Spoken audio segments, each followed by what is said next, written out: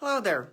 It's Danielle Burnock from DanielleBurnock.com, that lady on the internet who loves you, connecting you to the love that heals so you can love yourself from survive to thrive.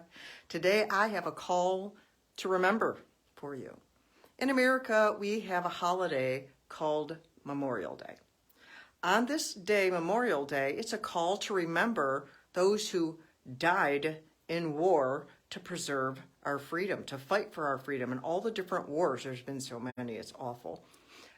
But to remember those people, to remember their sacrifice. It's a call to remember the cost, and a call to remember gratitude, a call to remember the things that matter to us in life. And when someone dies, we have a thing called a memorial service. What is that for? That's for a call to remember the person who was lost. What part did they play in our life? How did they matter to us? And to remember their part they played in our life and to honor them. I think remembering things is memorials are more than just remembering. If you look it up in the dictionary, it will just say it's about remembering, but I think it's about honoring. Memorial Day is about honoring those who lost their life. A memorial service is about honoring the people who have died. I think memorial is about honor.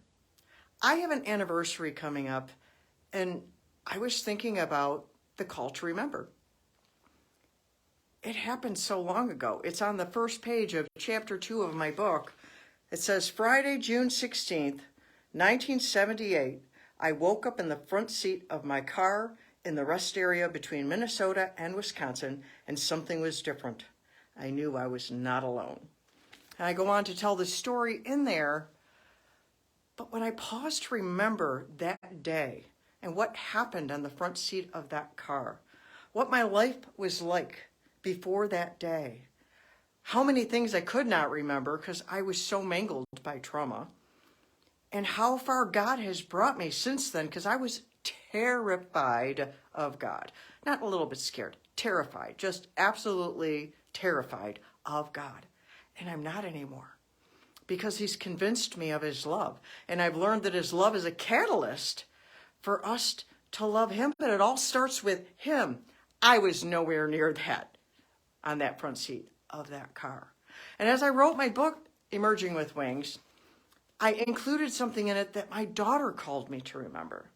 Because of all the trauma in my life, I didn't remember a lot. I had disassociated countless times. What I remembered were the bad things. It's easy to remember the bad things. They play like a horror movie in our mind. We don't have to think about it. They just come through flashbacks and triggers and all kinds of things that just show up, and then you find yourself just huddled in a little corner or curled up in fetal position or whatever it is, however that affects you whenever you've been triggered, if you have experienced that. My daughter asked me a question which really shook me to the core, and I am eternally grateful for this question she asked me, because I needed it. Sometimes we need that call to remember. She said, "Didn't anything good ever happen to you?" I was like, wow, that really paints a pretty negative picture of me. Wow, that I felt put in my place, and she said it real innocently. There was no attack with it. But I set off after that time a call to remember, well, what good did happen to me? What good things were in my life? And I worked at it to find good things in my life, and I found good things. And since I've healed of my trauma, I continue to remember other things. And so I want to throw a call to remember out to you. What do you need to remember in your life? What do you need to memorialize? Do you need to remember your journey, how far you've come? Or do you need to remember that you have just started and to give yourself a break? Do you need to remember, wow, maybe some good things did happen to me and it wasn't all bad?